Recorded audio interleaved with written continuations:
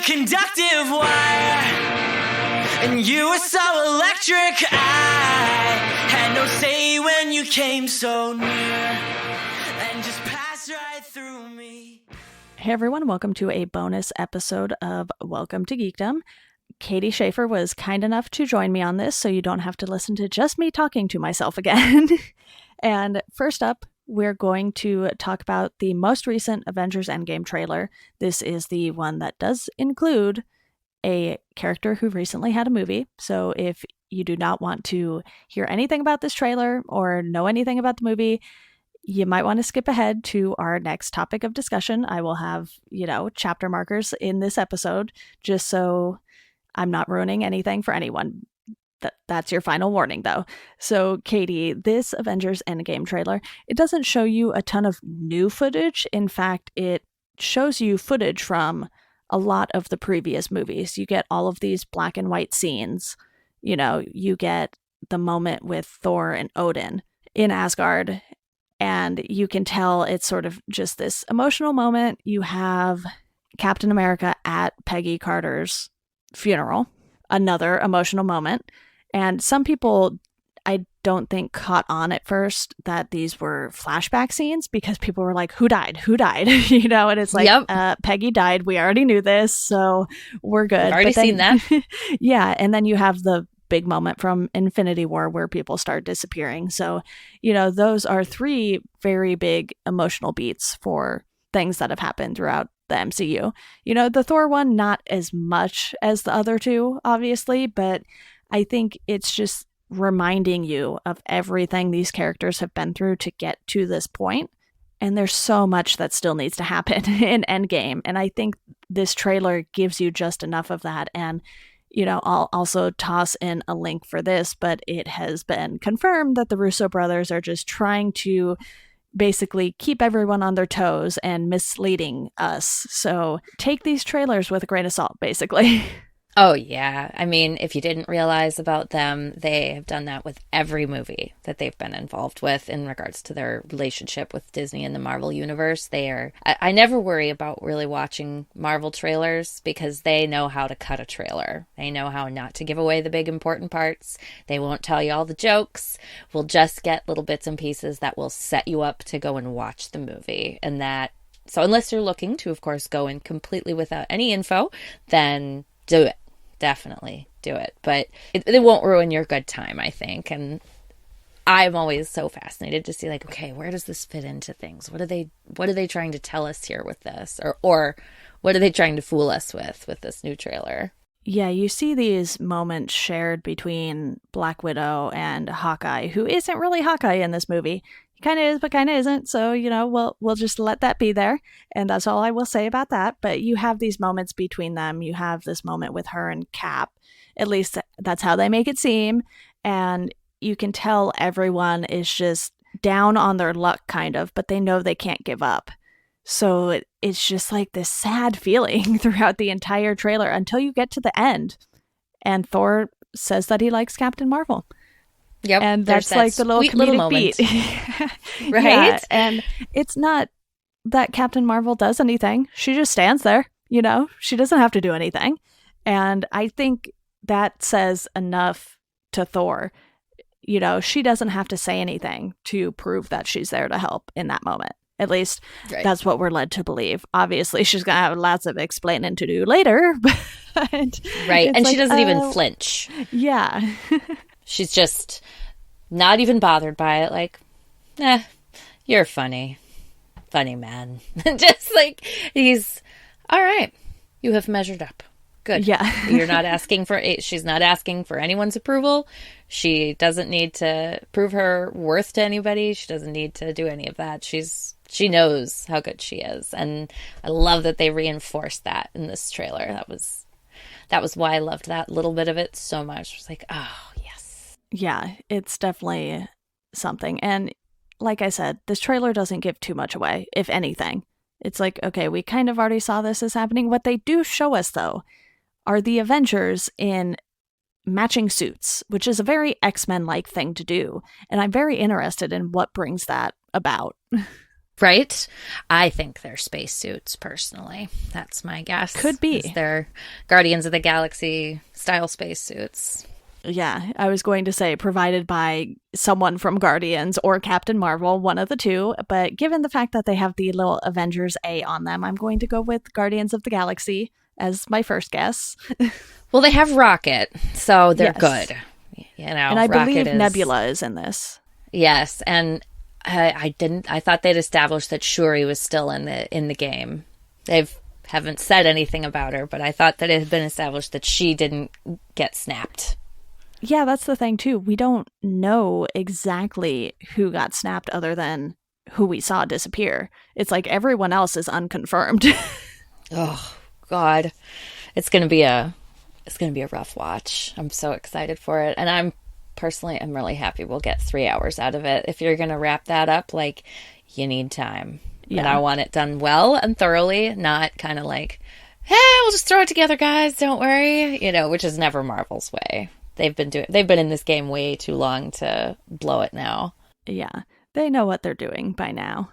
But the next thing I want to talk about quickly here is the slate of DC movies, because we have Shazam coming April 5th, very, very soon here. I'm looking forward to seeing how that turns out. You have Joaquin Phoenix's Joker movie coming later this year, Wonder Woman 1984, Birds of Prey, and as you made note, James Gunn is working on Suicide Squad 2, which is looking to be a reboot at this point. So there's a lot going on with DC, and it seems like they're finally moving away from the idea of having everything connected like Marvel has done. I think it's because Marvel did it much better than DC was doing it. They're like, okay, you know what? These characters can exist in the same world and have their stories be separated for a bit. If we need characters to come together for the Justice League, that's cool. But not everything needs to tie into everything that's going on in a Justice League movie necessarily. And that's something that, isn't on the immediate slate right now. We're not having a Justice League 2 come in. No one is sad. Well, I'm sure some people are sad, but they really had to do a lot. Yes, but I mean, I would be excited if they continue to grow in the way they're showing. Like, I am looking forward to Shazam a lot. I've heard nothing but great things about it from my friends who've seen it.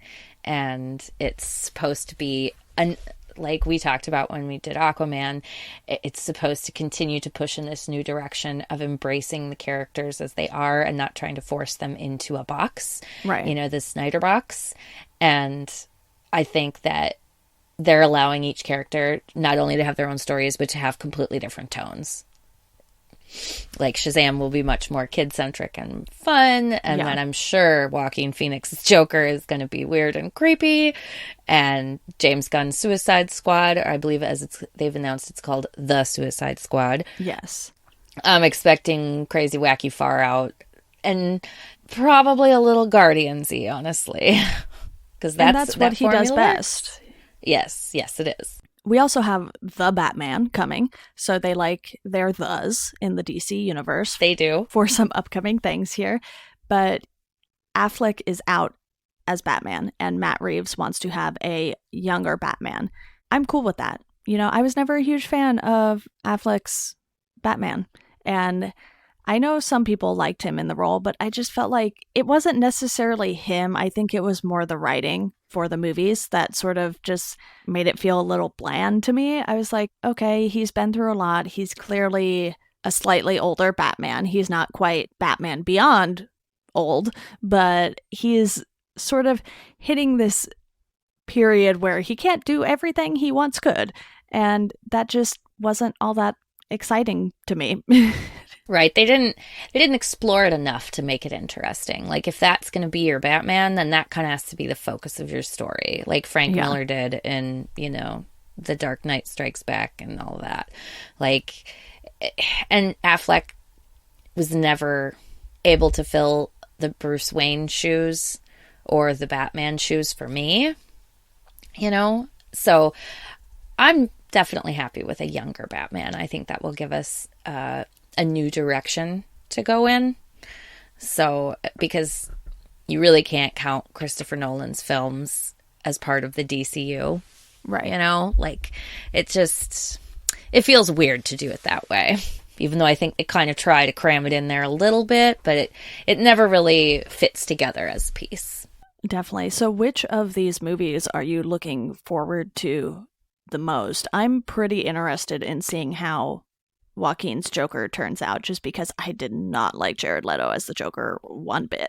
And obviously, I think Wonder Woman 1984 will have a bit of a brighter feel to it than the first movie did, just because it's the 80s. So you have that going for that movie, too. Right. And I think they'll have I think at that point they will have really left behind the color palette that they had embraced with all of the pre-Aquaman movies. And so I'm excited to see what they let her do with that film. I think for the far out stuff, I'm really looking forward to Birds of Prey. I think I'm really excited to see what they allow that to become. And Shazam, I think, is the one I'm really looking forward to the most, honestly, right now in the near future, because I think that one will be a really big step away. And I don't know a whole lot about Shazam, and I always like to get to know a new superhero. And Zachary Levi is supposed to be really great in it.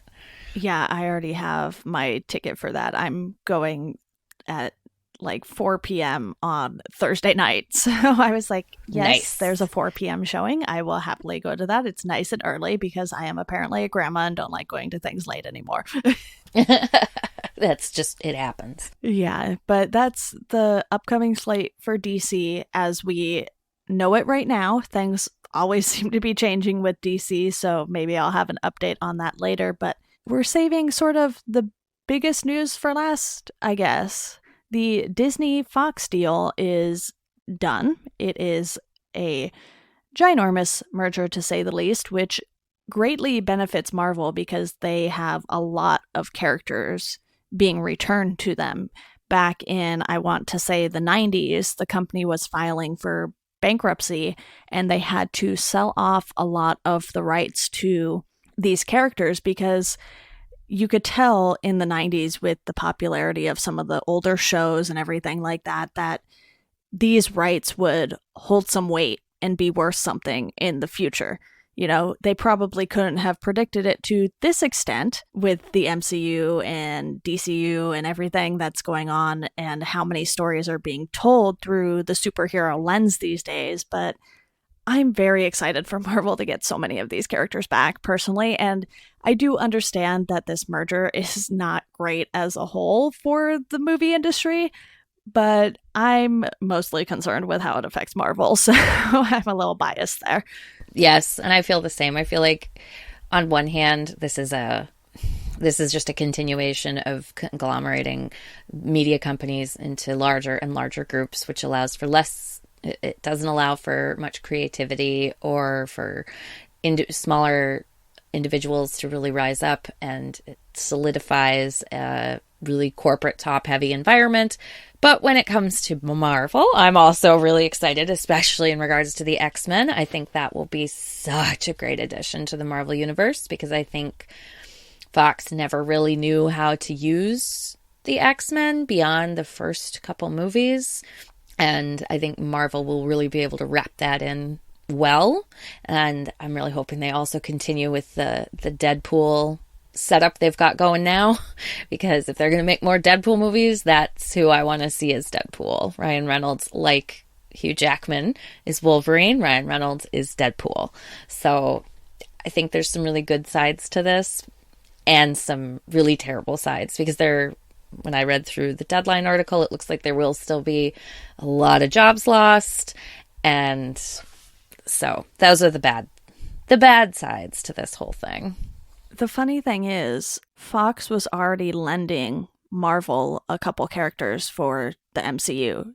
They technically own the rights to Scarlet Witch and Quicksilver because they are X-Men, you know? Right. So you had those two characters, and obviously Quicksilver didn't last very long, so I think they mostly just did that to get Scarlet Witch because of their relationship. It's like, well, can you take one without the other? Not really, so we'll just kill the other one off.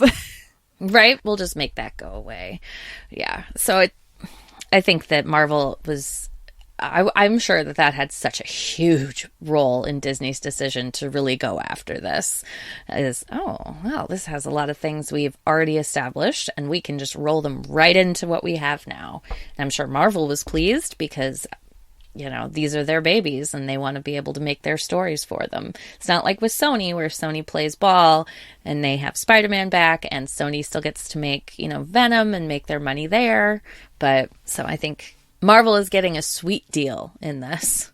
Yeah, absolutely. And I do want to make it clear that I am not thrilled that a lot of people will be losing their jobs because of this merger. That always sucks, especially in an industry that is already so tough to get into, because this is a horizontal merger. There are going to be a lot of roles that Marvel and Disney already have covered, so they don't need, double the people doing the same job just because they're gaining more properties, basically.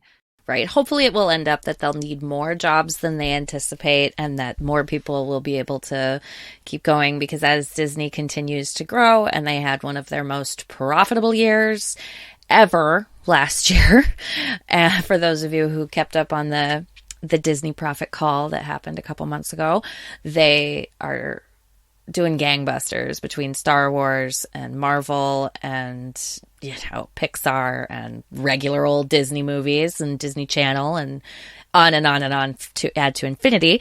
Hopefully they'll end up expanding their work more than they will now, because if you're going to have, because this merger also includes Fox Searchlight, which is their more drama and quote unquote indie picks. And so they're going to need to keep that studio going if we're going to continue to have the same amount of films coming into the industry. So hopefully Disney will see this as an opportunity to expand rather than just, we've got the properties we need and now we'll dump all the rest, Yeah, absolutely. And even though Marvel is getting a lot of these characters back, they still, like you said, don't have all of the characters. Sony still has so many big name characters, and even Universal is holding on tight to She-Hulk, apparently.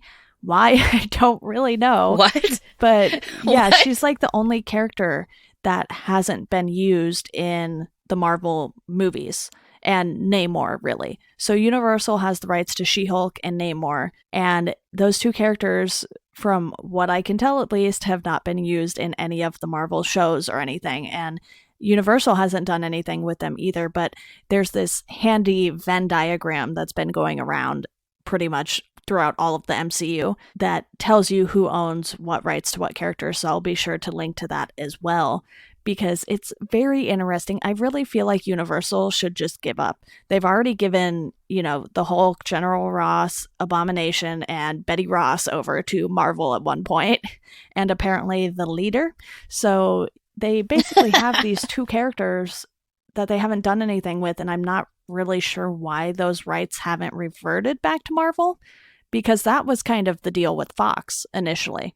You can have these characters, but if you don't use them for X amount of years, you have to give them back, which is why we got another bad Fantastic Four movie. So, Yep. It's... And that's how it works, because that is always the fate of the Fantastic Four, as those of you who've seen Roger Corman's Fantastic Four know.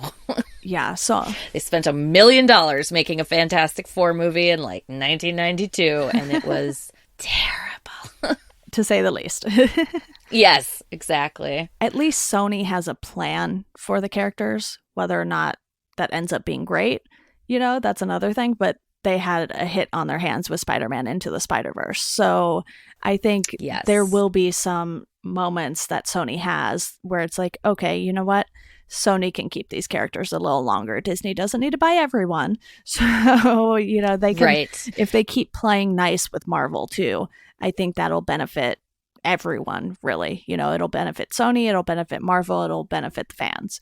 And that would be something that's very great to see. But, I will link to this Deadline article that sort of sums up the merger. I think it's a really good look at what exactly is going to happen, what exactly Disney bought, because Disney technically didn't buy all of Fox. There are still some things that Disney won't own, like Fox News, I believe, and possibly Fox Sports. So there are some things that were left out of the deal. But as far as Marvel is concerned, this is probably one of the best things that has happened to them since they got the MCU rolling. Yep. And I believe Fox still has some kind of like film side of it, or they could if they wanted to, and they have lots of local TV. So I think it was probably I'm sure that how Fox saw it was, well, we can slim down to the core of what they really do, which is Fox News, local TV, and sports, and then everything else they can kind of shed because it takes a lot of money to keep these things running and a lot of planning, and they obviously had not done a good job. You know, their biggest hit, you know, the X-Men movies have been received mediumly. I mean, some of them are terrible. And then you even have though Logan. I maintain that, yes, and Deadpool. Right. And I will maintain that there is a good movie somewhere in Age of Apocalypse. It's somewhere. They just I did still not haven't cut watched it well. You can see it. If you watch it, you're like, okay, I can see where there's good parts to this, but whoever cut it and edited it together and wrote that script just did a bad job. Bad job. Yeah. So Fox just didn't know what to do with these characters, whereas Disney did. Fox saw an opportunity to get a big influx of cash and slim down to the things that they really want to put their money into. And Disney saw, oh, look at all this money we can make. Let's just rake more money onto the giant Scrooge McDuck pile. Yeah, exactly. But overall, I think it'll be interesting to see how this merger really plays out. And I don't think we'll really see the full effects of it until Marvel announces what's coming next. And I believe they are holding off until even after Spider-Man, possibly, before announcing the next phase of movies. So, you know, there's a lot coming and a lot we don't know yet. Yeah, I've seen some of the stuff what they've announced, but it's all very like vague. It's vague, and it's characters who we don't know much about yet, and characters who aren't huge in the like the comics world. So, which makes me excited because I want to see, you know, I don't want to see another Captain America in regards to like someone else being Captain America. I'll watch another Captain America movie, don't get me wrong. But I don't want to see someone else being Captain America or them tell that story over again. I want to see new characters with new identities and new people. So they've only announced a little bit, but I think we'll definitely get something big, maybe at Comic-Con this year.